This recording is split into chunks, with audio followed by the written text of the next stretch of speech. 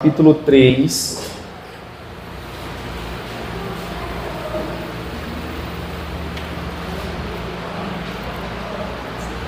E hoje nós vamos ver do verso 1 a 6.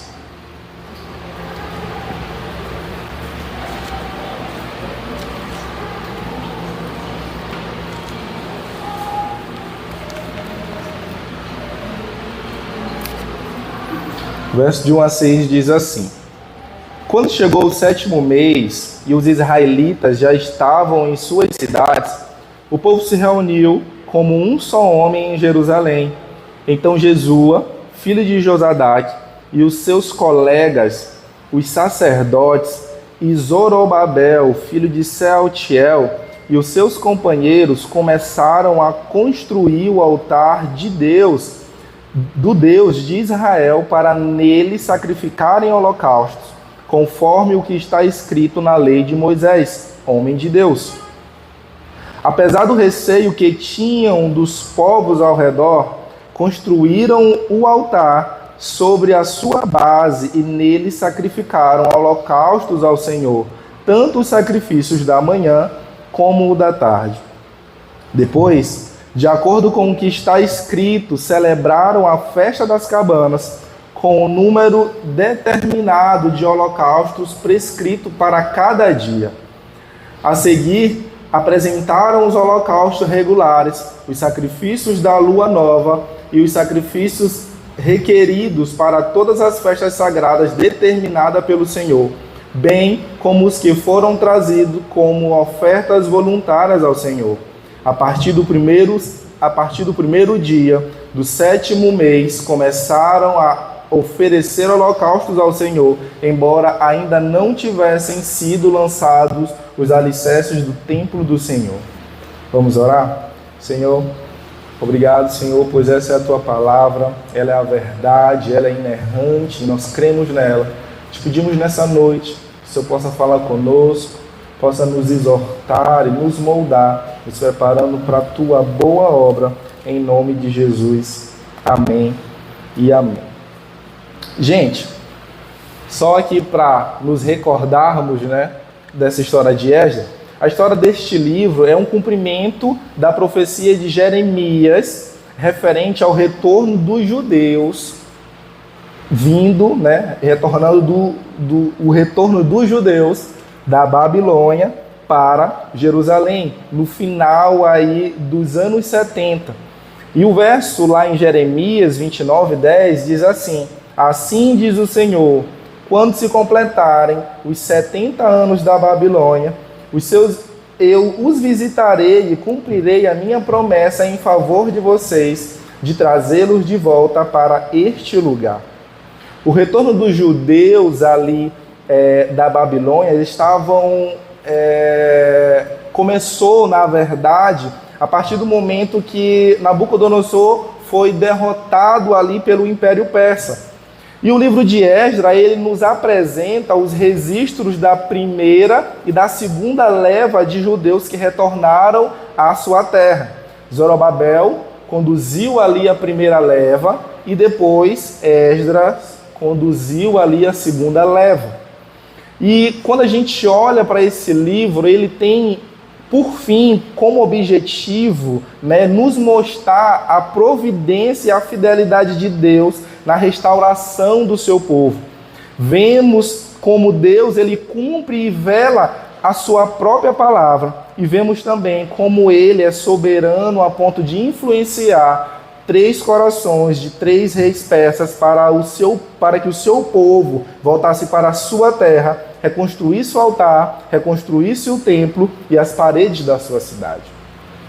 E em resumo, nos capítulos, na verdade, que passou, a gente viu aí no primeiro capítulo, que o pastor falou, ele fala ali sobre o decreto de Ciro, a ordenança dele da soltura dos judeus da Babilônia, e aí eles vieram de lá. E no capítulo 2 a gente viu aqui a lista, de quantas pessoas vieram, quem foram essas pessoas. E hoje nós veremos aqui o capítulo 3, que vai falar sobre a reconstrução do altar. No verso 1, ele vai dizer assim: Quando chegou o 7º mês e os israelitas já estavam em suas cidades, o povo se reuniu como um só homem em Jerusalém. Então Jesua, filho de Josadaque, os seus colegas, os sacerdotes, Zorobabel, filho de Sealtiel, e os seus companheiros começaram a construir o altar do Deus de Israel para nele sacrificarem holocaustos, conforme o que está escrito na lei de Moisés, homem de Deus. No final do capítulo anterior, que o pastor falou aqui, do capítulo 2, os israelitas eles voltaram ali para suas casas, eles voltaram para as suas cidades. Estima-se que naquele tempo era primavera e que aquele ano era um ano de algumas celebrações festivas para o Senhor, na cultura deles. E aí eles demoraram aí basicamente 4 meses para chegar da Babilônia até Jerusalém, pois esse foi o tempo aí que Esdras levou quando ele veio com a segunda leva. Então a gente estima-se então que se Esdras demorou 4 meses, então os primeiros que vieram também demoraram 4 meses. Isso está escrito lá no capítulo 7, a gente vai ver, né, mais para frente aí nas outras quartas. E sabendo disso, eu levo vocês a imaginarem, né, como não deveria estar ali as suas cidades, as suas terras. Eles estavam ali há 70 anos fora dali. Deveriam estar ali as suas terras, as suas cidades, as suas colheitas, deveriam estar um caos, deveriam estar arruinadas, deveriam estar ali fora de ordem. Porém, eles abriram mão das suas necessidades, eles abriram mão de fazer aquilo que interessava para eles, e de comum acordo eles se reuniram em um só corpo, como um só homem, diz a Bíblia aqui. Eu falei um só corpo porque a gente ouve muito isso no Novo Testamento, né? Que a igreja se une aí em um só corpo. E aqui eles se uniram em um só homem, que traz aí esse mesmo exemplo. Mas para que eles se reuniram? É a pergunta. Eles se reuniram para construir um altar, para adorar a Deus, para celebrar ali as suas festividades, para fazer sacrifícios, para queimar holocaustos ao Senhor. Pois fazia 70 anos que isso não acontecia e eles queriam resgatar o mais rápido possível tudo aquilo que foi perdido. Então eles tinham pressa de fazer aquilo, por isso eles se uniram em um só corpo, em um só homem, como diz aqui. Sabe por quê? Eles foram levados ao cativo por conta das suas desobediências, por conta da sua falta de crença, pela sua falta de zelo, por casarem muitas vezes com mulheres estrangeiras. E agora, depois desse castigo de 70 anos, se tem uma coisa que eles não querem priorizar na vida deles, é os próprios interesses deles. Porque por muitas vezes eles fizeram isso, pois eles aprenderam na prática, pagando por isso, que isso não leva a lugar nenhum.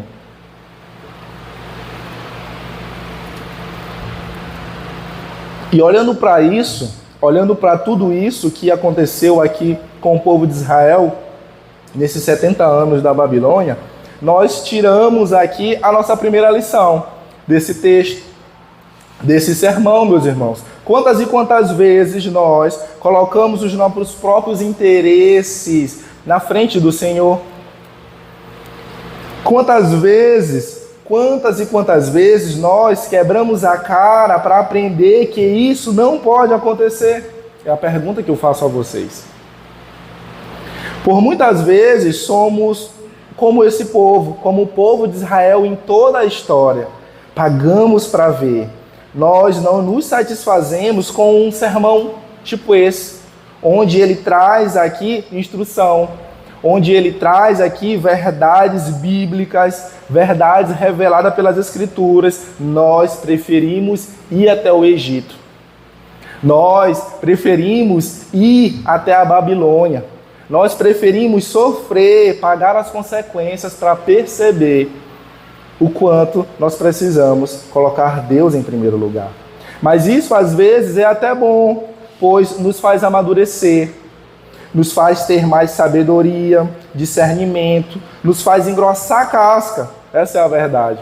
Mas agora, o que nós não podemos fazer é viver o tempo todo querendo voltar para a Babilônia. É querendo voltar ali para o Egito, né? Como muitas pessoas ali, muitos dos israelitas no deserto, quando saíram lá do Egito, eles desejavam comer as cebolas do Egito. E aí eles queriam, a todo momento ali, eles vacilavam nessa questão de querer voltar ali para o Egito, mas não sabendo que Deus estava no controle de tudo. Então, com isso, o Senhor, Ele nos ensina que nós precisamos buscar primeiramente a Ele, adorar primeiramente a Ele, nos voltar primeiramente a Ele, não só porque nós estamos vindo de um castigo e agora nós sabemos o que está acontecendo, mas porque isso é o nosso fim principal como homem, adorar a Deus e gozá-lo para sempre. Então precisamos sair daqui hoje com isso em nossas cabeças. Esse é o nosso fim principal. Nós não precisamos nos adorar antes de Deus. Precisamos e somos criaturas feitas para fazer isso, adorar a Deus. No verso 3, ele vai dizer assim: apesar do receio que tinham dos povos ao redor, construíram um altar sobre a sua base e nele sacrificaram holocaustos ao Senhor, tanto o sacrifício da manhã quanto o sacrifício da tarde. Nós precisamos entender aqui a diferença entre templo e tabernáculo, ou tenda também. Os tabernáculos eram chamados de tenda. No templo fixo, né, aquele templo, o grande templo de Salomão, e também o templo que daqui a algumas quartas-feiras eles vão começar a construir, dentro desse templo existia o santo e o santo dos santos. O santo dos santos, né, era ali onde ficava a Arca da Aliança, que representava ali a presença de Deus. E o Santo dos Santos era onde ficava ali o resto dos utensílios que eu vou falar aqui para vocês. Ficava o candelabro de ouro, que era onde eles acendiam lá as velinhas, né? Ficava lá um altar de incensos. Esses incensos eles queimavam o tempo todo, pois ali aquela fumaça que subia era como um aroma agradável ao Senhor. Era como se fosse um simbolismo das orações que subiam até o Senhor. Tinha também a Arca da Aliança, que representava a presença de Deus. Essa arca ela ficava ali dentro do Santo dos Santos. Tinha a bacia de água, que essa bacia ela era usada para os sacerdotes se purificarem depois ali dos holocaustos. Tinha mesas de pães da proposição. E também tinha o altar do holocausto. Esses pães da proposição, eles eram 12 pães fresquinhos que ficavam ali na mesa como se fosse uma oferta ao Senhor. Esses pães eram colocados só dia de sábado, ali para fazer com que ficasse ali tudo arrumadinho, e os 12 pães representavam as 12 tribos. E também tinha o altar do holocausto, que esse altar era o altar onde eles faziam os sacrifícios. Esse altar era como se fosse de fato uma churrasqueira. Era feito de madeira, por dentro tinha bronze, e ali ficava a lenha, e ali ficava a grelha, e lá em cima desse altar, eles faziam ali toda essa questão do holocausto. No tabernáculo, isso aqui é o templo, tá? Tudo que eu falei aqui para vocês é referente ao templo. E no tabernáculo também era a mesma coisa. Tudo que tinha no templo, tinha no tabernáculo. Porém, o tabernáculo era algo móvel. O tabernáculo existiu antes do templo, porque eles peregrinavam no deserto. E aí, para onde Moisés ia, ele estabelecia ali o seu tabernáculo, o tabernáculo de Deus. E ali tinha todas essas coisas, só que era uma tenda. Não era um templo, né, com todos os materiais, concreto, tudo, e ouro, isso e aquilo. Tá? Então a gente precisa entender isso.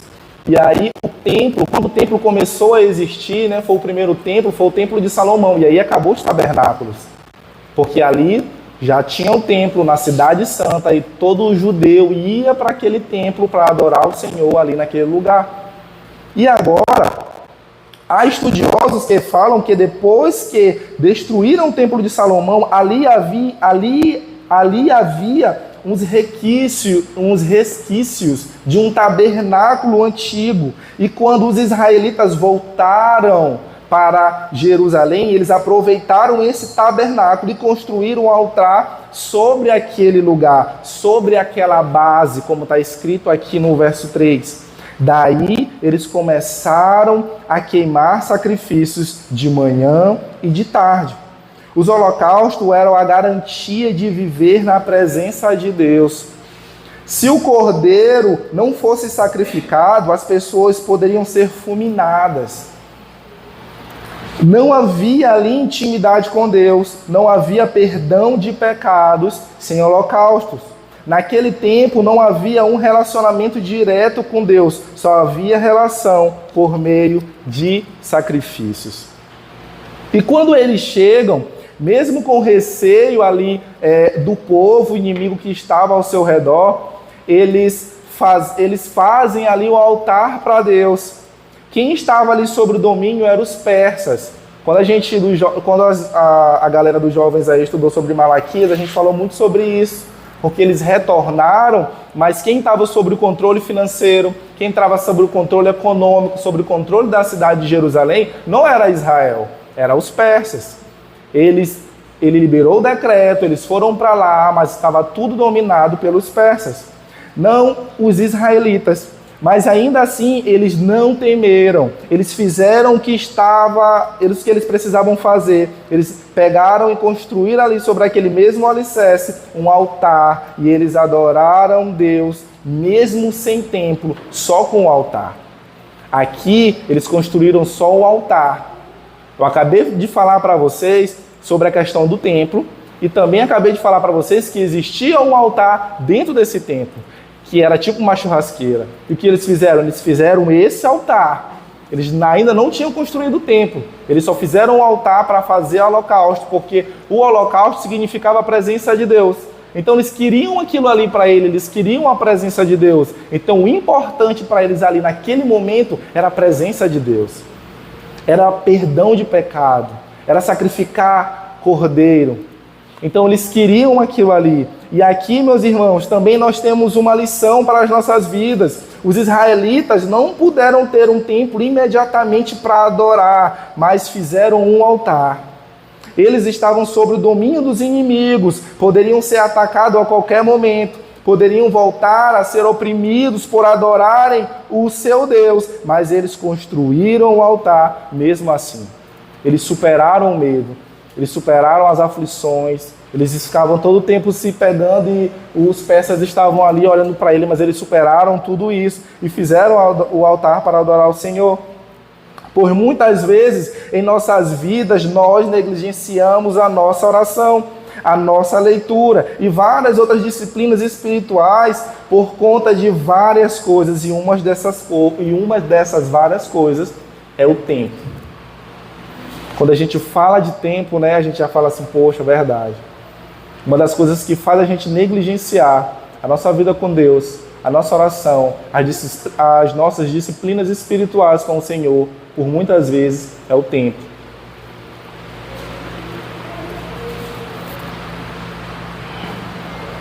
Queremos ter um tempo de um culto para fazer o nosso devocional, né? Qual é o tempo de um culto? 1h30 que a gente leva aqui fazendo um culto. Quando o pastor Daniel prega, deixa eu ver se ele está ali, é 2 horas. Mas nós demoramos aqui em média isso, 1h30, 2 horas para fazer um culto. E por muitas vezes nós queremos adorar o Senhor com esse tempo, né? E se a gente não tem esse tempo, para a gente não presta, a gente não se satisfaz. A gente quer fazer 3 louvores, né? Quem não sabe cantar quer escutar 3 louvores, quer botar na caixinha lá no YouTube 3 louvores, né? Quer fechar os olhos ali pela manhã, sentir a presença de Deus, né? Quer ler 3 capítulos da Bíblia. E depois de ler os 3 capítulos da Bíblia, a gente quer pesquisar para entender aqueles 3 capítulos. Nós queremos fazer uma oração de intercessão pelos nossos irmãos da igreja que pediram oração, pelos nossos irmãos que porventura estão doentes na igreja, pelos nossos parentes. E aí entra aquele momento de intercessão pela nossa vida. E no final a gente ainda quer fazer um louvor, né, para complementar. Então, se a gente não tem esse tempo, falando de templo e tempo, né? Se a gente não tem esse tempo para fazer isso, aí a gente não faz. A gente fala assim, não, se não for para fazer desse jeito, com 1h30, eu prefiro não fazer. Eu prefiro nem parar. Se for para me ler ali rapidinho, eu prefiro nem fazer isso, né? Se você não tem um templo, agora de fato o templo, se você não tem um templo para adorar a Deus, adore com o altar. Faça igual os israelitas. Eles não tinham templo, mas nem por isso eles deixaram de adorar a Deus. Eles fizeram rapidamente ali um altar em cima do outro altar que tinha lá. Se você não tem tempo para fazer como se fosse um culto, adore a Deus com a disponibilidade que você tem. Eu não estou falando que você precisa fazer com o que sobra. Veja bem, eu estou falando que você pode se esforçar para separar um momento para você falar com Deus. Podemos acordar mais cedo, né? Às vezes a gente acorda cedo para caminhar, porque a gente precisa emagrecer, porque a gente está aí, né, com colesterol alto, por conta da saúde. E aí a gente dá rapidinho, o médico fala assim, se tu não começar a fazer uma caminhada amanhã, eu sinto muito te dizer, mas daqui pro final do ano, o negócio vai te abraçar. Aí a gente começa logo, vai logo na Poliel, compra lá um tênis, né? Compra umas roupas para começar a fazer uma caminhada e rapidinho a gente arranja tempo para acordar cedo, né? Para fazer ali a nossa caminhada, para melhorar a nossa saúde, mas a gente não tem essa coragem de acordar um pouco mais cedo, aí eu acordo 7 horas. Não, vou acordar 6h30, vou separar ali meia hora do meu tempo para ler a palavra de Deus, para orar, para falar com o Senhor. E aí você pode também dormir mais tarde, né? Falei de acordar mais cedo, né? Mas você também pode dormir mais tarde, já que você não gosta de acordar cedo. Pode dormir mais tarde, né? A gente gosta de assistir filme tarde da noite, né? Mas para fazer o nosso devocional, será que a gente consegue dormir mais tarde? É uma estratégia.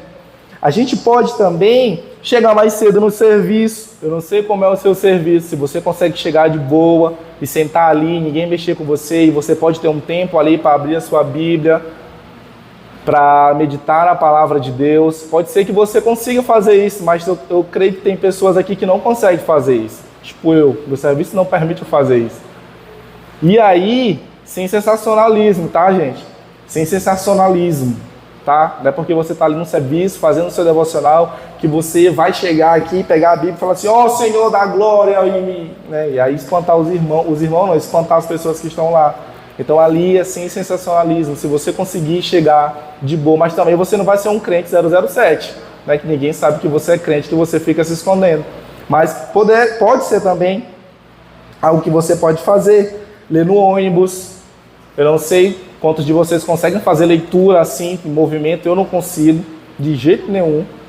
Eu entrar, botar o olho no celular ou num livro ali, eu querer vomitar na mesma hora, eu não consigo.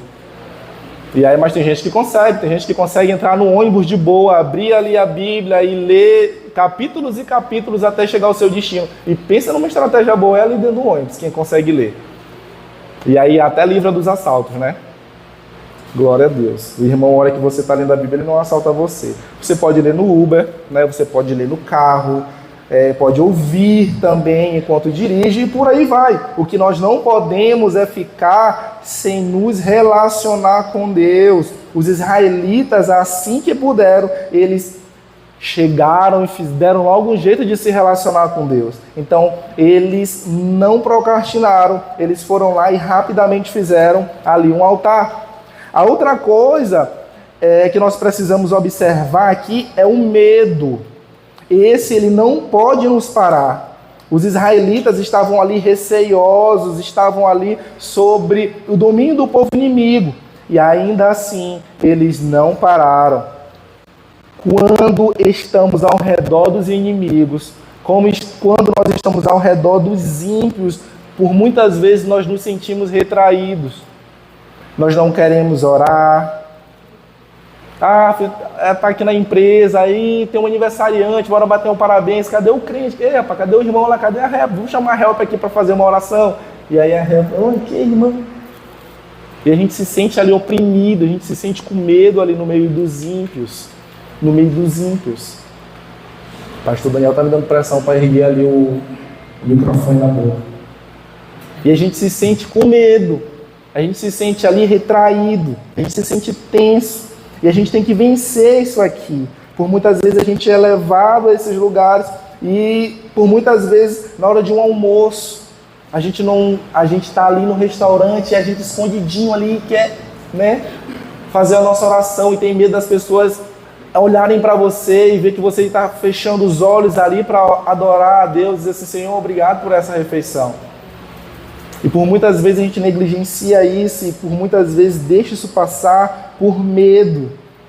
E esse medo, ele não pode nos parar. A vergonha, ela não pode nos parar. Nada disso pode nos parar, meus irmãos, pois o verdadeiro amor, ele lança fora todo medo. Esse é um versículo que todo mundo conhece.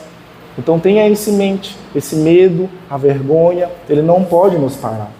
E no verso 4 e 5, ele vai dizer assim: depois, de acordo com o que está escrito, celebraram a festa das cabanas com números determinados de holocaustos prescritos para cada dia.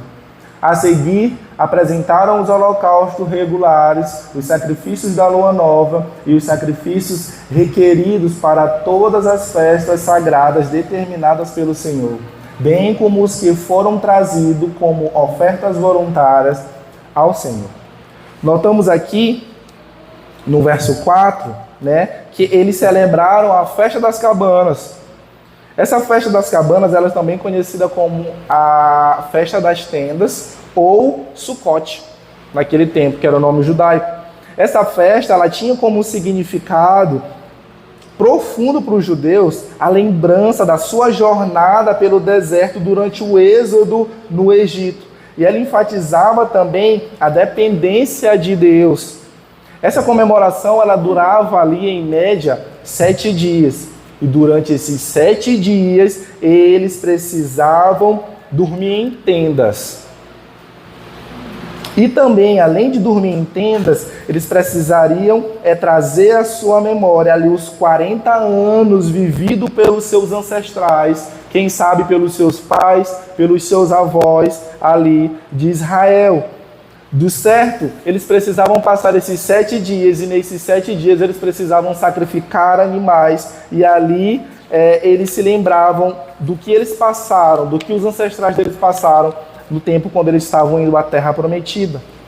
E no verso 4 e 5, ele nos informa que eles celebraram essa festa, a festa das cabanas, como estava escrito na lei de Moisés, e ofereceram um número regular de sacrifícios para cada dia. E todos os dias, durante esses 7 dias, haviam sacrifícios a se fazer, e eles assim fizeram. Além de todos esses sacrifícios, que porventura são muitos sacrifícios, eles estavam fazendo sacrifício de manhã e de tarde.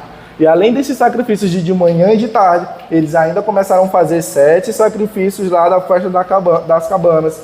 E aí no verso 5 ele nos diz que eles traziam, ainda que eles fizessem todos esses tipos de sacrifício, eles ainda traziam mais ofertas voluntárias. A lei exigia muito deles, meus irmãos, mas eles traziam mais. Sabe por que eles traziam mais? Embora eles tivessem pouca riqueza, embora eles não tivessem ali aquela riqueza de um tempo atrás, de 70 anos atrás, quando eles estavam com Salomão, embora eles não tivessem isso, o zelo pelas escrituras era muito. Às vezes eles economizavam das suas próprias mesas para que tivesse abundância no tempo de Deus. E aqui nós vemos um cumprimento total em seguir as instruções da lei de Moisés. O povo, ele não apenas celebrou a festa, mas também ele realizou os sacrifícios associados a essa celebração e de acordo com o que estava escrito. Eles poderiam dar várias desculpas, mas não, eles não fizeram isso. Eles tinham mais do que nunca motivos para agradecer, motivos para comemorar, porque afinal de contas, naquele período do Egito, eles estavam saindo de um êxodo, e agora eles estavam saindo de outro. E aí, mais do que nunca, eles tinham ali motivos para comemorar e para glorificar a Deus através desse sacrifício. E essa celebração, meus irmãos, expressa aí a alegria, a gratidão do retorno a Jerusalém, pela construção do altar, pela oportunidade de restabelecer a sua fé. E a festa das cabanas também reforça ali a importância da comunhão daqueles irmãos, a unidade do povo, um só homem, como a gente viu no início, um só corpo, pois eles habitavam temporariamente em cabanas durante essa festa, para lembrar ali no deserto que eles estavam peregrinando, que eles eram um só povo escolhido por Deus. E isso também os ajudavam em comunhão, pois eles eram o povo escolhido do Senhor. Eles precisariam também ter isso em mente. E no verso 6,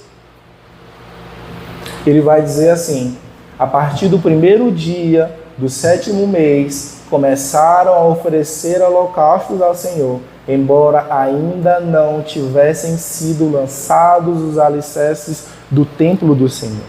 O verso 6 diz que daquele dia em diante, do primeiro dia do 7º mês, os holocaustos começaram a ser feitos para o Senhor. Não houve ali um fogo do céu, como houve no tempo de Moisés, como houve ali no tempo de Salomão, que eles estavam ali, depois que eles finalizaram a tenda, né, com Moisés, o fogo do céu veio e consumiu o holocausto. Com Salomão aconteceu também a mesma coisa, o fogo do céu veio ali e consumiu o holocausto, mas não houve esse fogo do céu, mas um fogo comum lhe foram servidos. E isso fez manter ali o holocausto aceso durante todo o tempo, um holocausto contínuo. E o reinício das ofertas de sacrifício pela manhã, pela tarde, a celebração das festas das cabanas, as ofertas diárias, as ofertas regulares, as ofertas voluntárias nos mostram a continuidade da fé e a determinação do povo ali de manter a sua devoção a Deus. E aí, meus irmãos, essa passagem, toda essa passagem por inteira da reconstrução do altar, ela nos ensina sobre a importância da devoção a Deus. E não só isso, ela nos ensina a adorar a Deus com o que temos, principalmente quando temos pouco, quando temos ali o mínimo. Notem, os israelitas, eles não tinham templo, mas eles se reuniram como um só homem para reconstruir o altar, pois só assim eles resgatariam a devoção. Eles se reuniram como um só homem, fizeram o altar, pois só assim eles resgatariam a intimidade com Deus. Eles se reuniram como um só homem, porque só assim eles resgatariam a presença de Deus em suas vidas. E essa mensagem, ela nos leva a refletir em algumas perguntas que eu quero finalizar deixando para vocês. Será que, como irmãos, nós estamos nos unindo como um só homem para resgatar a devoção a Deus no meio do nosso povo, no meio da nossa igreja? Ou será que a gente está se unindo como um só homem para fazer coisas que não seja isso, resgatar verdadeiramente a devoção? Será que temos nos esforçado a fazer o que está escrito nas Escrituras? Porque eu não sei se vocês percebem, mas aí no verso 2, no final do verso 2, ele diz assim: conforme o que está escrito na lei de Moisés, homem de Deus. E aí no verso 4 ele vai dizer assim: depois, de acordo com o que está escrito, celebraram a festa das cabanas. Então eles deram aí uns 2 está escrito. Eles estavam fazendo tudo de acordo com como estava escrito. E a pergunta é: será que nós temos nos esforçado a fazer o que está escrito? Será que temos deixado o medo nos parar com a nossa devoção? Será que os ímpios têm nos parado? Será que a vergonha tem nos parado, meus irmãos?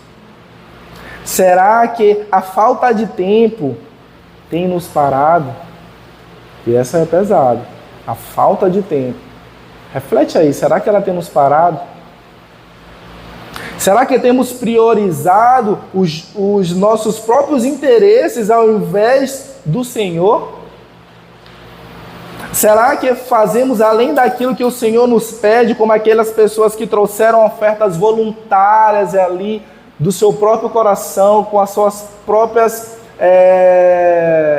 com as poucas coisas que tinham, tirando ali muitas vezes da sua mesa? Será que nós temos ali nos voluntariado dentro da nossa própria igreja, fazer mais daquilo que nos foi dado? E aí a pergunta que eu deixo para vocês é: o que mais tem parado você? O que tem parado você nessa noite? O que tem parado você de verdadeiramente adorar o Senhor com o que você tem? Que essas perguntas elas possam nos fazer refletir nessa noite. E que o Senhor possa abrir os nossos olhos e nos conduzir para uma devoção simples, pura e verdadeira. Amém? Glória a Deus.